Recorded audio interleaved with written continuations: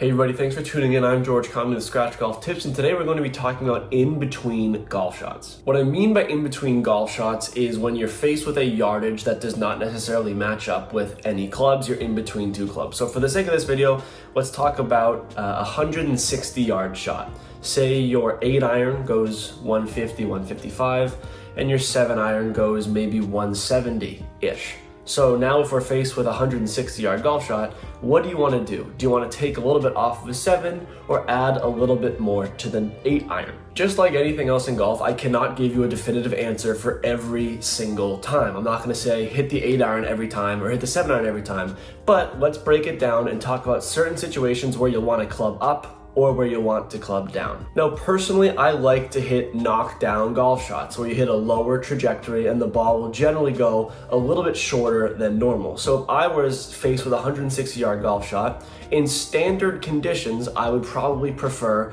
to take a little bit off of the 7-iron and not just take a very big swing with my 8-iron. The reason being, I know that I can have a very controlled swing with the 7-iron. If I'm trying to squeeze 5 or 10 extra yards out of my 8-iron, I might lack consistency, I might not strike the ball well. There's just a lot less that can go right when you try and really step on one instead of trying to knock one down, keep it controlled. That being said, this decision is also situational, not just in terms of your lie, but in what is around the hole. Personally, I know that if I want to hit a big 8-iron, my miss is going to be short, because if I chunk it a little bit or if I hit it very well, I just didn't add a lot to it, then that ball is likely going to be short of the hole. Conversely, if you have a 7-iron and you want to really knock it down, occasionally I'll miss that ball a little bit long because I'll have a fuller swing.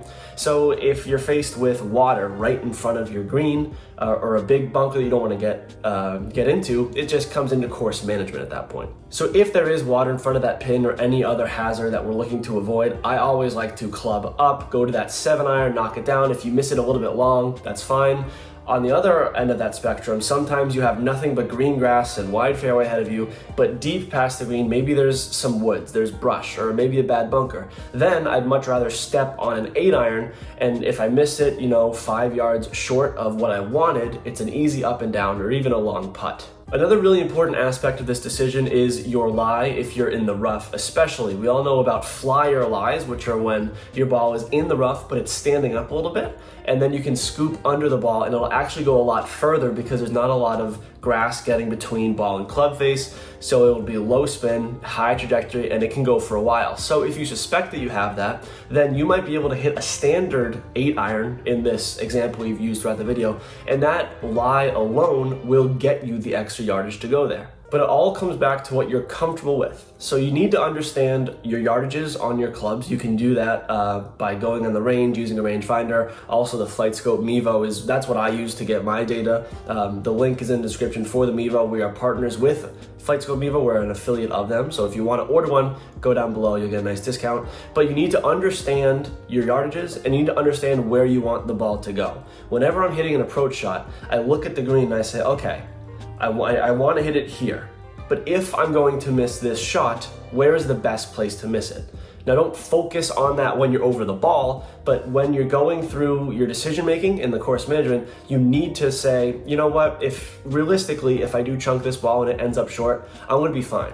Or, I cannot miss this ball short. Let me put a little more club on it. So it's entirely situational, and you need to know your yardages. You need to obviously know the yardage to the pin, but you need to know those club yardages very well. And on the range, instead of just hitting stock 8-irons, 150, try and hit some 145s, try and hit some 155s. Learn how to take a little bit off and add a little bit to each club, because when you're on the course, you're not going to be faced with round yardages every single time. I'd like to hear from you on this because a lot of people have preferences. As I said earlier, I like taking more club and taking a little bit off of it. That's just the way that I like to play. I like to compress and kind of have some forward shaft lean. That's how I like to feel taking off some yards. Other people like to slow down their swing. Other people like to hit dead arm shots. There's a bunch of different ways to take yardage on or take yardage off. However you do that, I'd love to know. Leave a comment down below. I read all the comments and reply to those that warrant a response. So put that down below. If you enjoyed this video, leave a like rating. That helps YouTube show this video to more people who are looking to improve golf and need content like this to take their golf to the next step. So like, if you enjoyed this video, would be heavily appreciated. Also, feel free to subscribe to the YouTube channel if you want to see more content like this. You can also watch our backlog of videos. We have plenty of other videos. So if you want to know what to work on, how to work on it, how to get where you want to be in the game of golf, this is the right channel for you. Thank you all very much for watching. Play well and take care.